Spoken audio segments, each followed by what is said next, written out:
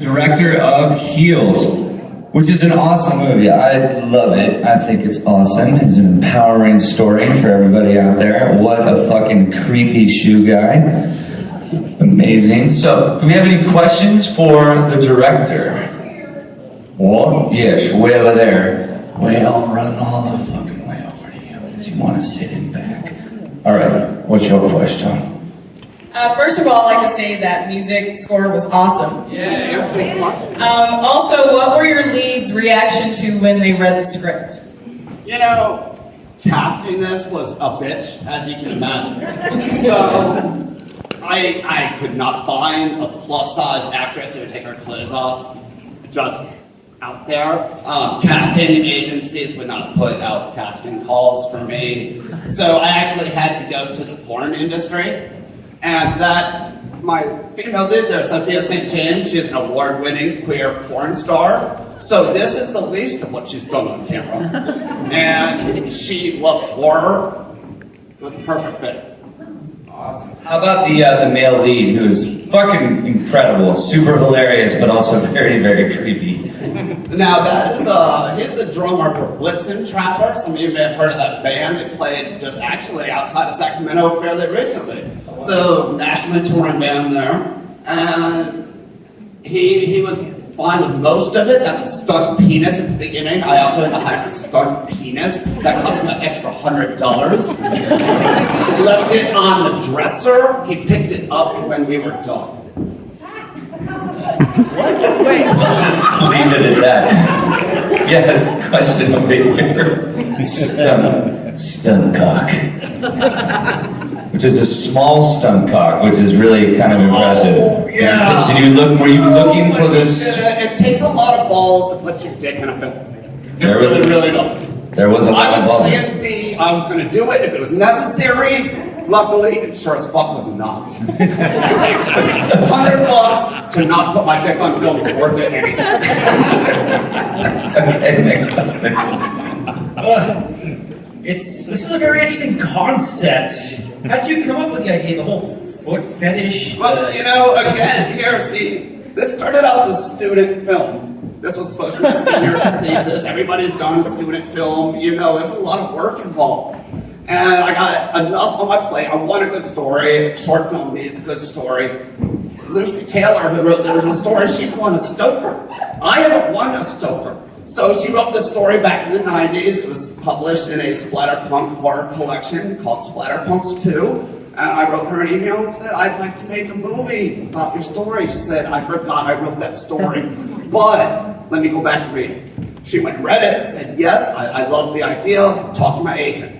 $300 later, I got a story. So that's what I did. It was her story. Personally, I find feet creepy. So part of the motivation is if I find them creepy, maybe I can make other people think they're creepy too. Feet are like the fingers. They're like little toes, like little fingers. That's not right. Was it based in any way on the serial killer Jerome Brudos? The foot fetishist who would kill women and then cut off their feet and No, because that means nothing to me. So okay. He had a follow-up question right here.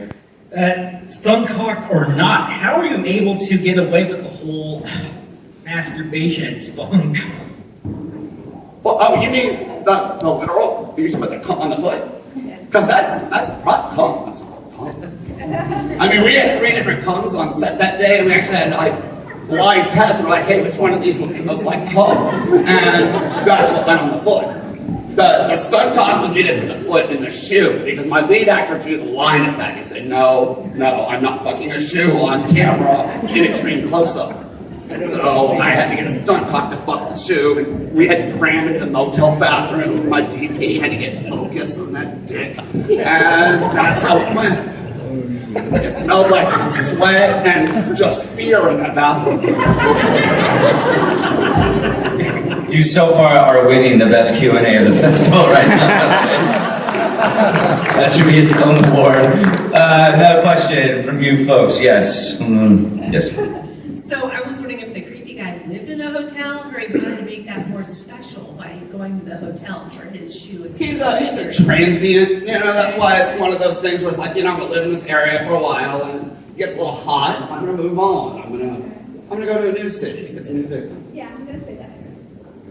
And because, you know what, motels are really cheap to film it. The people who film, we all know. And if you can find an excuse to put them in a damn motel, put them in a motel.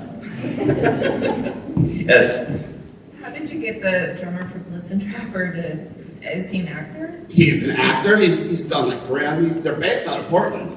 And he happened to send me a note and he said, you know what, I'm going to audition for this if I get back in time for my tour. And I was like, all right, because most of the time musicians don't show up to auditions. And he did. And it turned out to be really great. A great fit. So, yeah. He grew the mustache for me just for that role. As soon as we were filming, the mustache was gone. He did not want that anymore. He's like, people think I'm weird now. Okay. Yeah, if you have just a mustache, you should know you look like a serial killer. If you don't know that, you just shave it. Another question. Someone else. Anybody? Question? Yes. What did you use to make the testicle that she? That was, we molded that old school with latex, so my lead actor had to sit in a bathtub, and we molded his whole junk area, and then my FX guy actually had to do the hair work and put in, using a reference photo of my lead actor's junk, and then go in and put in every pube in the ball sack, and in the thigh, and all of that, to make the patch all gingery and there are BTS photos on the Facebook page. Everybody should go to Facebook, like the film. I won't ask you for money. I'm just asking for likes. That's cheap, free. You guys are all on your phones anyway. Put reviews on IMDb. Go to it. I have a question. What are you working on now? Right now I'm in limbo because I still need that film degree. Okay. Do you have a question, Cindy? Yeah, it was, so all of that, was that the original dialogue from the story in the 90s, or was that really changed? I altered it some as necessary. It needed some streamlining. It needed a little of this, a little of that. But one of the things I told her up front was I won't lawnmower man you. So I promise to stick to your story. So like the nudity and everything, that's actually in the story. That's how she wrote it. I was more, the monologue from the female lead. And that's almost like straight from Straight from it? Oh, that's so sad that nothing's changed so much for women in the past 10 years. It's sad and It's surprising, right? Well, yeah, but that's, okay. That's my question. Yes, question over here in the front. Who picked the fonts for the days of the week? That was me. Jamie. That's sassy. Yes, question over here. I saw a thank you at the end of the movie. Who was that person? That would be my wife, Dulce. She's right back. Oh, give it up for the badass wife. I guess that leads to a follow-up question. Why is that movie for her? You know, I'm almost 40 years old and I just got done with film school. It's thanks to her working hard. Let's give her some more love. The wife. So, film school is not cheap. It's all about so much money. It's terrifying at night. I'm going to go drink some beer as soon as it's over. Well, I think we all are going to be buying you beers once it's over. And is Heels online? Can we show it to anybody? It's not online. It's still trying to make its festival rounds. I just put subtitles on it. Let's hope we can get it into the Spanish market. Tacones, everybody.